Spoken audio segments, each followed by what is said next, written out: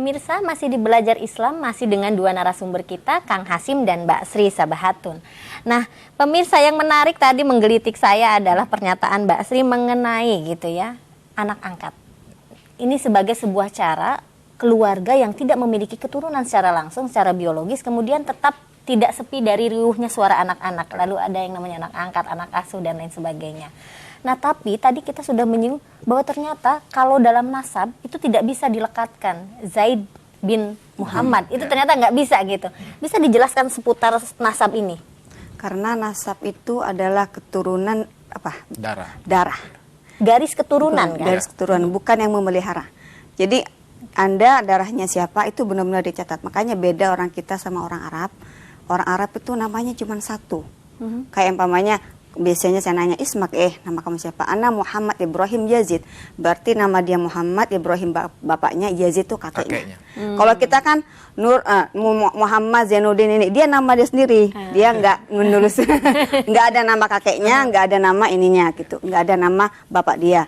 Tapi kalau orang Arab seperti itu. Saya sendiri, saya di Kairo, saya ngelahirin anak di Kairo. Jadi di akte kelahiran itu nama itu cuma satu gini. Jadi saya nama anak saya dua. Nama saya kasih nama anak saya Maimunah Raihan. Nah, di situ yang saya buat nulis itu cuma satu kolom. Akhirnya saya pikir ini saya tambah, kalau gitu berarti orang Arab memang satu kolom aja. Mereka nggak ada nama kedua. Akhirnya jadi mereka ketika kita ngomong dengan orang Arab, kita mengatakan nama kita panjang, itu nama kamu. Enggak, ini beda. Orang Indonesia dengan orang Arab beda gitu. Karena kalau Indonesia semuanya tuh walaupun 4 nama tetap nama dia, tapi kalau orang Arab tuh pasti nama bapaknya kakek ini gitu.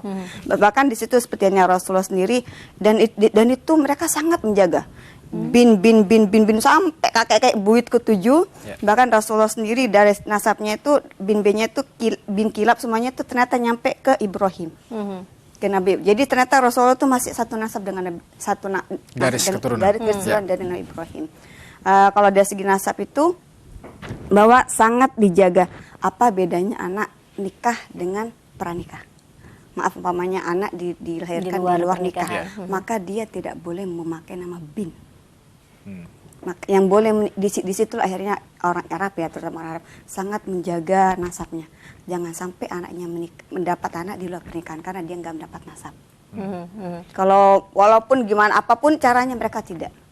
Jadi makanya kalau kita mau bikin akte keluarga, kalau kita berada di Arab ya, mereka pasti mana surat nikahnya. Kalau nggak ada surat nikah, walaupun kita ngasih berapa ngelak katanya. Mereka nggak. Jadi nggak boleh menasabkan binnya, kalau dalam Islam ya, nggak boleh menasabkan bin kalau dia anak bukan hasil pernikahan. Oke, ini dibenturkan dengan realitas kekinian, dibenturkan dengan perspektif yang mengayomi anak, terlepas dia di luar nikah atau dalam pernikahan, gimana? Ya, sejatinya anak yang lahir itu kan ya kewajiban orang dewasa ya untuk mengurusnya.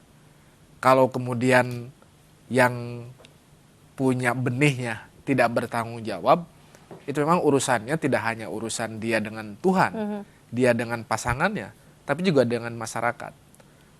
Tapi seringkali anak yang dilahirkan menjadi korban dan dikorbankan.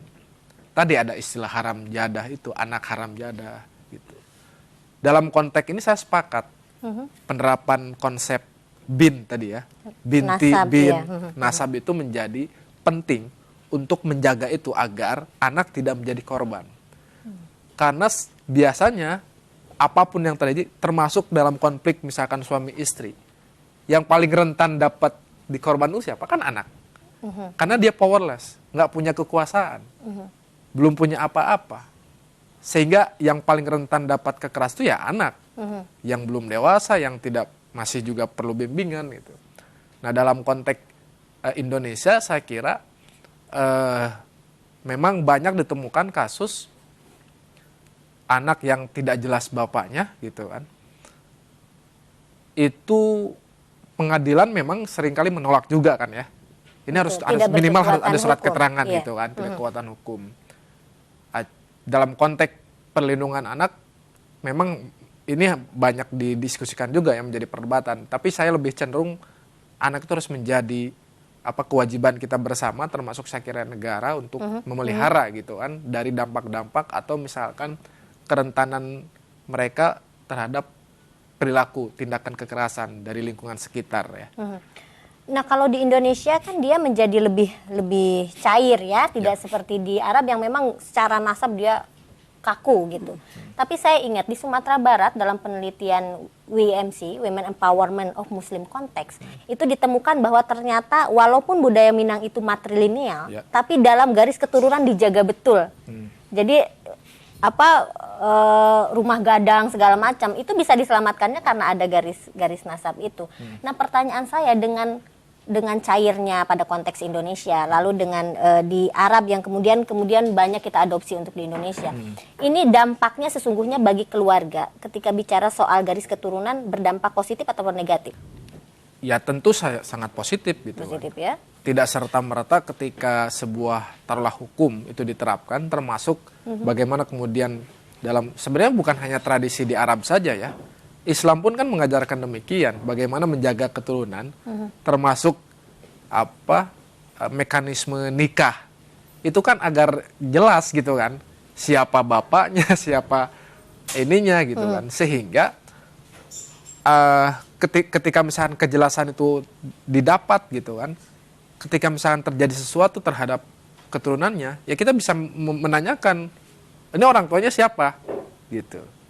Kok bisa sampai gini misalkan kayak gitu. Itu kan menjaga hal-hal agar ketika misalkan sesuatu terjadi pada seorang anak atau keturunan, itu nasabnya siapa? Ini bapaknya siapa? Soal misalkan apakah bapak itu bapak biologis atau bapak, kan soal lain. Tapi dalam konteks genealogi itu kan bisa karena faktor genealogi itu kan tidak bisa dipertukarkan gitu.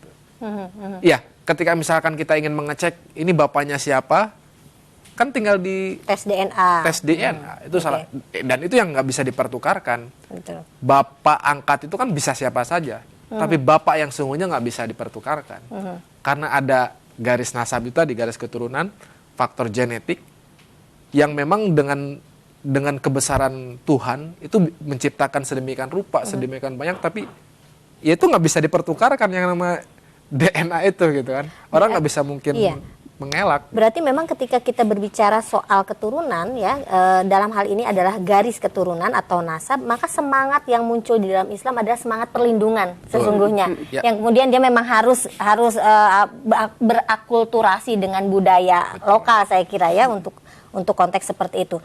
Nah, tapi kita tadi sudah menyebutkan ada dua alternatif. Alternatif pertama adalah mengangkat anak ketika sebuah keluarga tidak memiliki keturunan.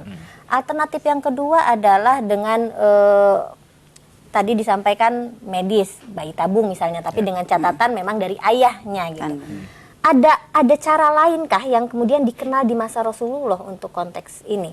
Tapi jangan kemana-mana dulu nih jawabannya. Kita harus tahan, walaupun saya tahu Mbak Sri sudah pengen banget menjawab soal ini. Pemirsa, tetaplah bersama kami di Belajar Islam. Kami kembali sesaat lagi.